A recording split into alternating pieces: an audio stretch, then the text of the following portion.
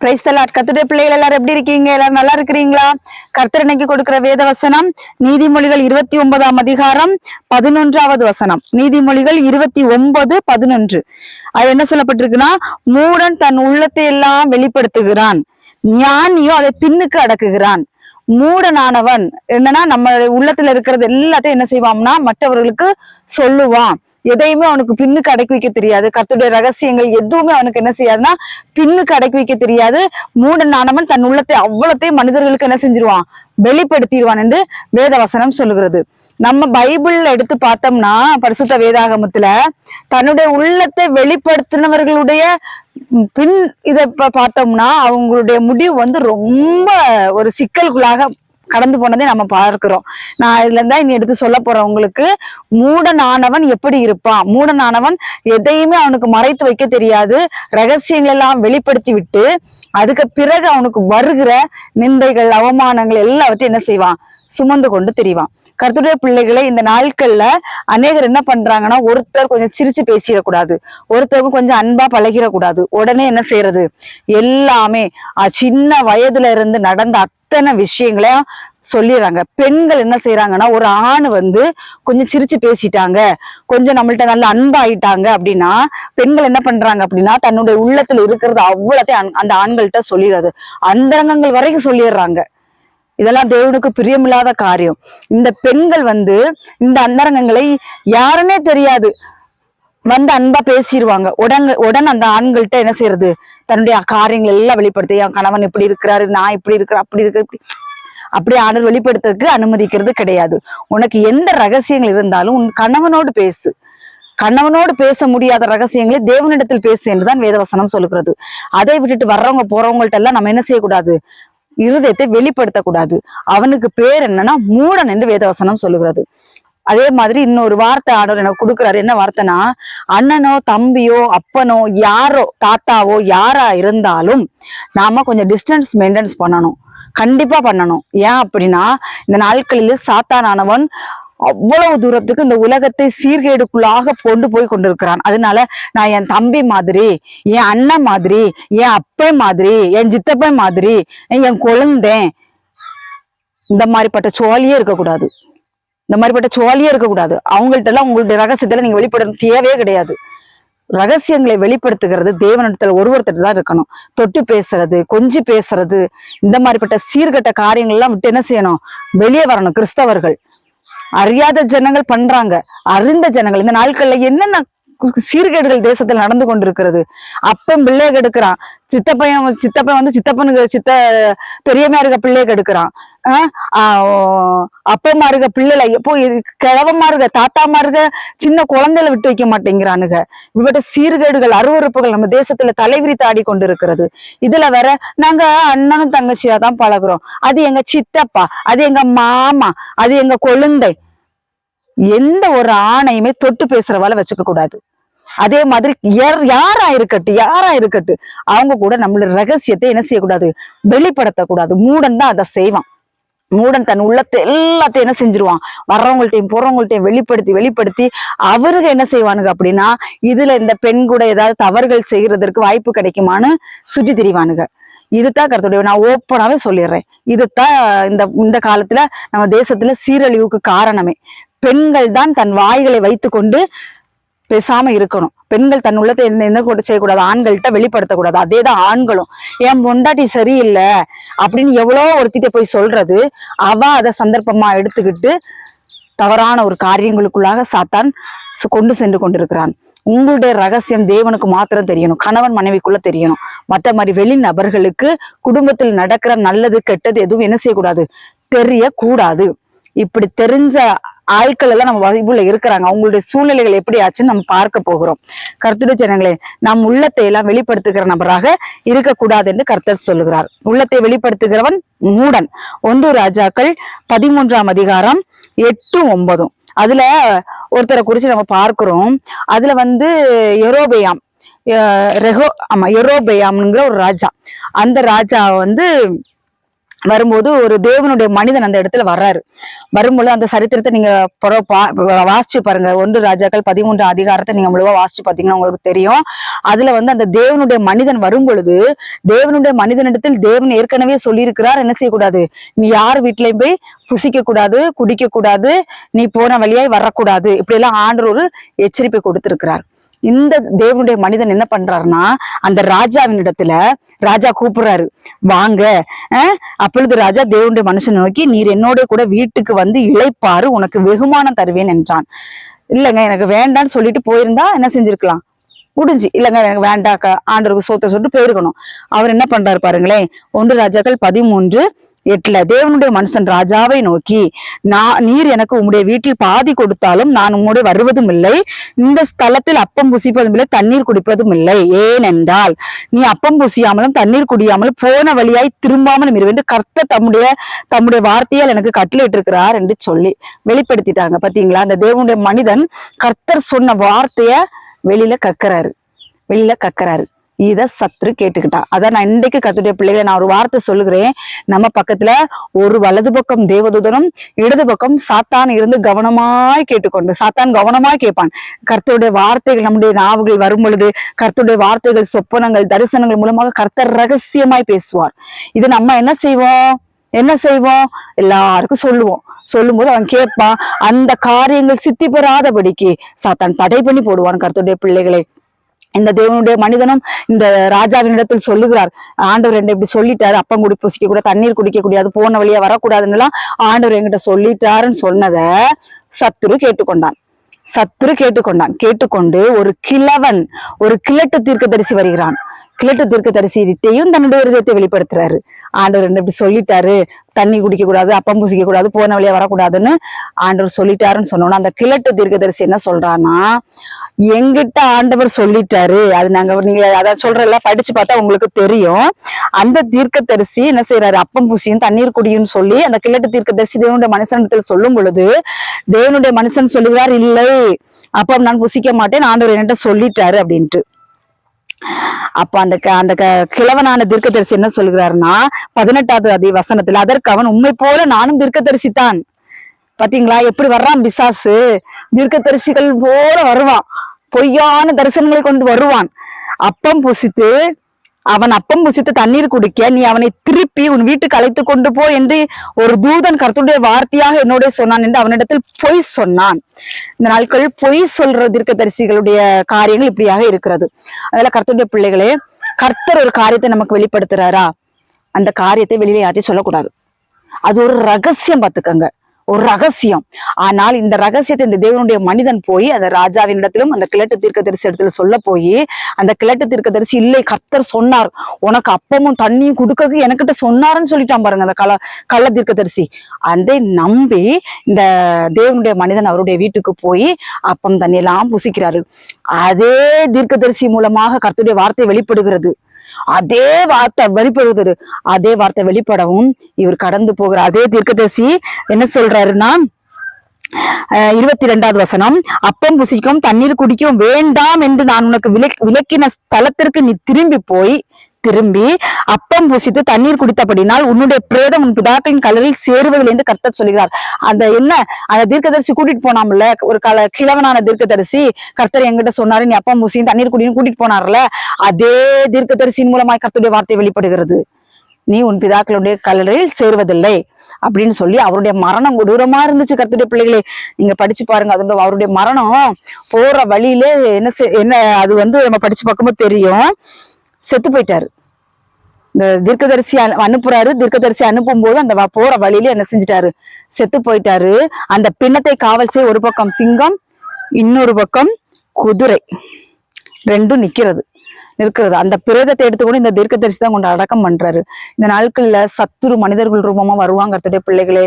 கர்த்தர் இதை சொன்னார். நமக்கு ஒரு விஷன் இருக்கும், ஆமா நமக்கு ஒரு விஷயம் இருக்கும், கர்த்தர் இப்படி எல்லாம் நம்மளை கொண்டு செய்ய போறாரு, நம்மள்ட்ட ஆல்ரெடி ஆண்டவர் பேசியிருப்பாரு, உன்னை நான் இப்படி எல்லாம் செய்ய போறேன், உன்னை ஊழியத்துக்கு இப்படி நான் அழைக்க போறேன், நீ என்னுடைய வார்த்தைன்னு கேட்டு இப்படி நடக்கணும், அப்படி செய்யணும், இப்படி செய்யணும், நமக்கு ஒரு விஷயம் இருக்கும்.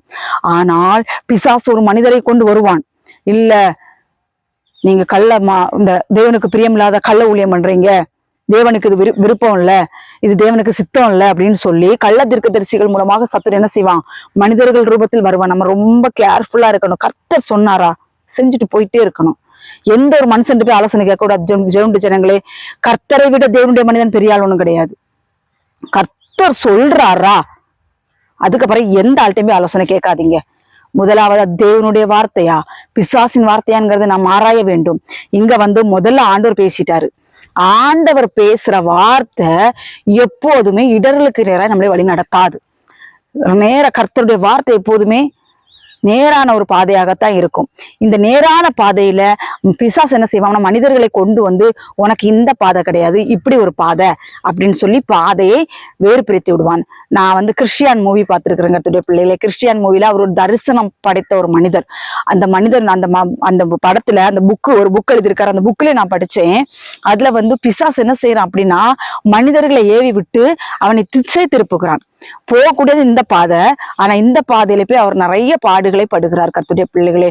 அதே போலதான் இந்த நாட்கள் அநேக கிறிஸ்தவர்களை ஊழியக்காரர்களை சாத்தான் திசை திருப்பி கொண்டிருக்கிறான். நம்ம இதுல ரொம்ப கவனமா இருக்கணும். உங்களுக்கு கர்த்தர் கொடுத்த விஷன் இதை அதை பிடித்து கொள்ளுங்க.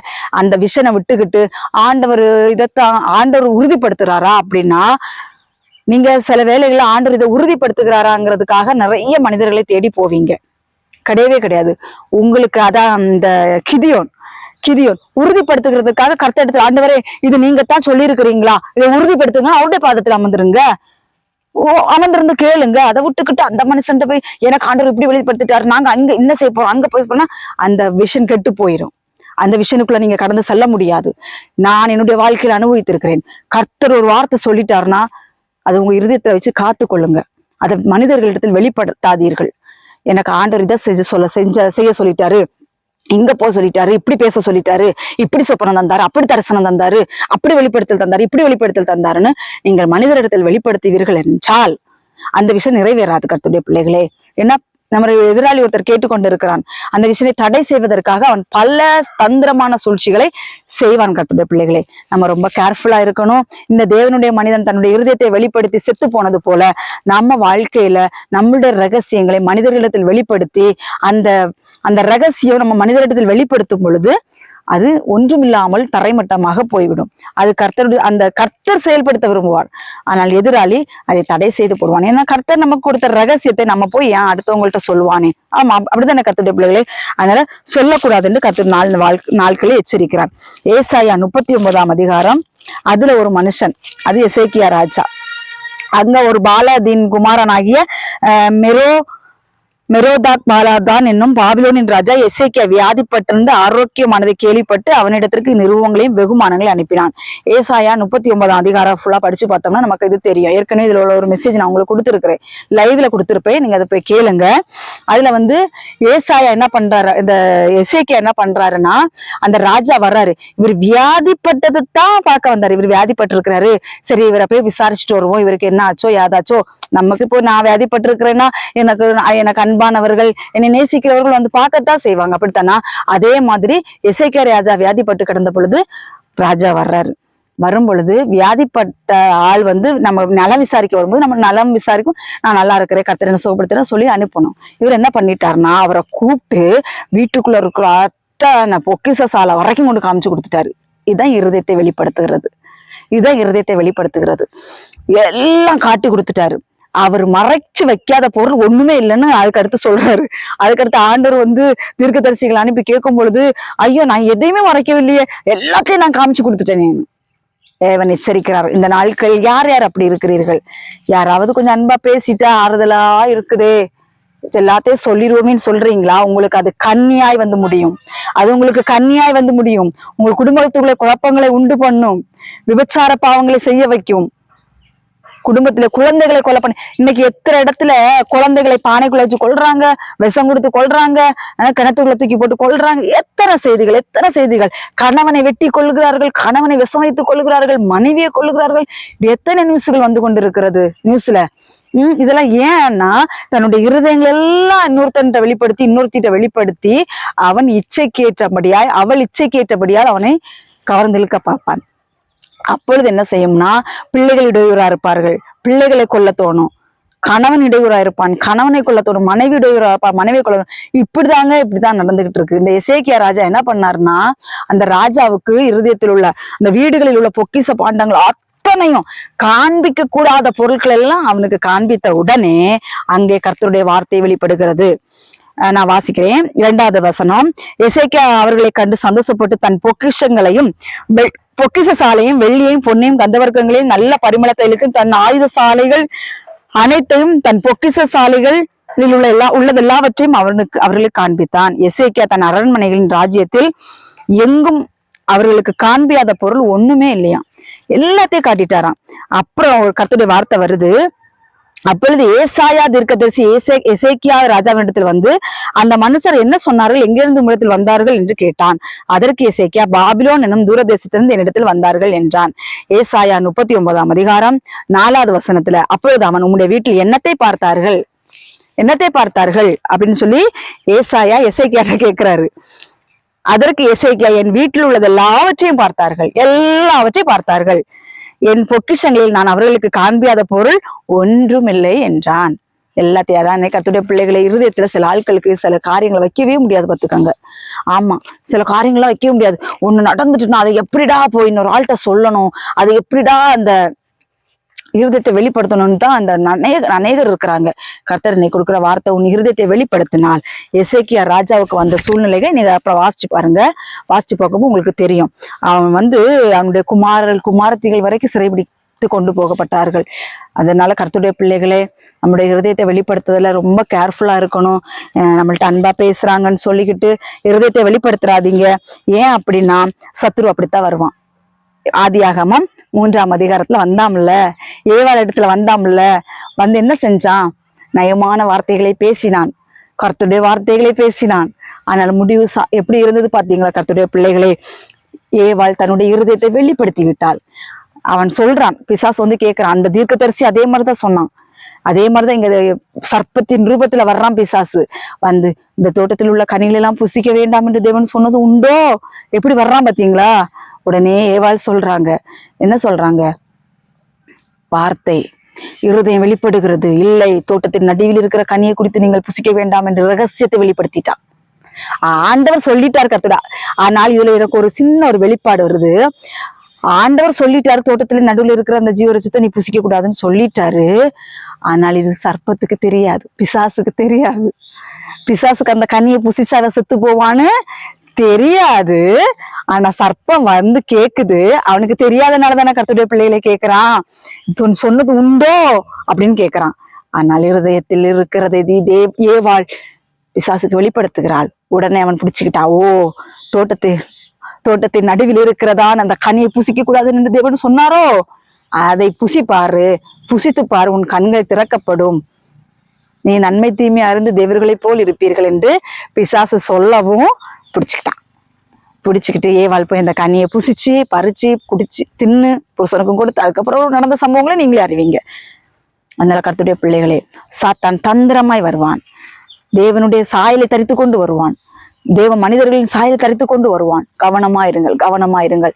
இந்த வெளிப்பாடு எனக்கு கிடைத்ததுக்காக கர்த்தருக்கு கோடி கோடி ஸ்தோத்திரம் செலுத்துகிறேன். என்றால் சர்ப்ப பிசாசுக்கு கர்த்தர் நமக்கு சொல்லித்தர ரகசியம் அவனுக்கு தெரியாது. அதனால்தான் ஏவாள் இடத்துல வந்து கேட்கிறான், சொன்னது உண்டோ என்று. அதனால கர்த்தருடைய பிள்ளைகளே, இந்த நாட்கள் கர்த்தர் சொல்லுகிறார், ரகசியத்தை மனிதர்களிடத்தில் வெளிப்படுத்தாதபடிக்கு கர்த்தரிடத்தில் வெளிப்படுத்துங்கள். கர்த்தர் அந்த காரியத்தை பொறுப்படுத்து அதில் உள்ள காரியங்களை அவர் பார்த்து கொள்வார். அதை விட்டுக்கிட்டு மனுஷரிடத்துல நீங்க உங்க இருதயத்தை எல்லாம் நீங்க வெளிப்படுத்துவீர்கள் என்றால் மனிதன் உங்களுக்கு கண்ணியா இருப்பான். அவன் உங்களுடைய அந்தரங்கங்களை அறிந்து கொண்டு மனிதரிடத்தில் போய் அதை தூற்றி கொண்டு தெரிவான்.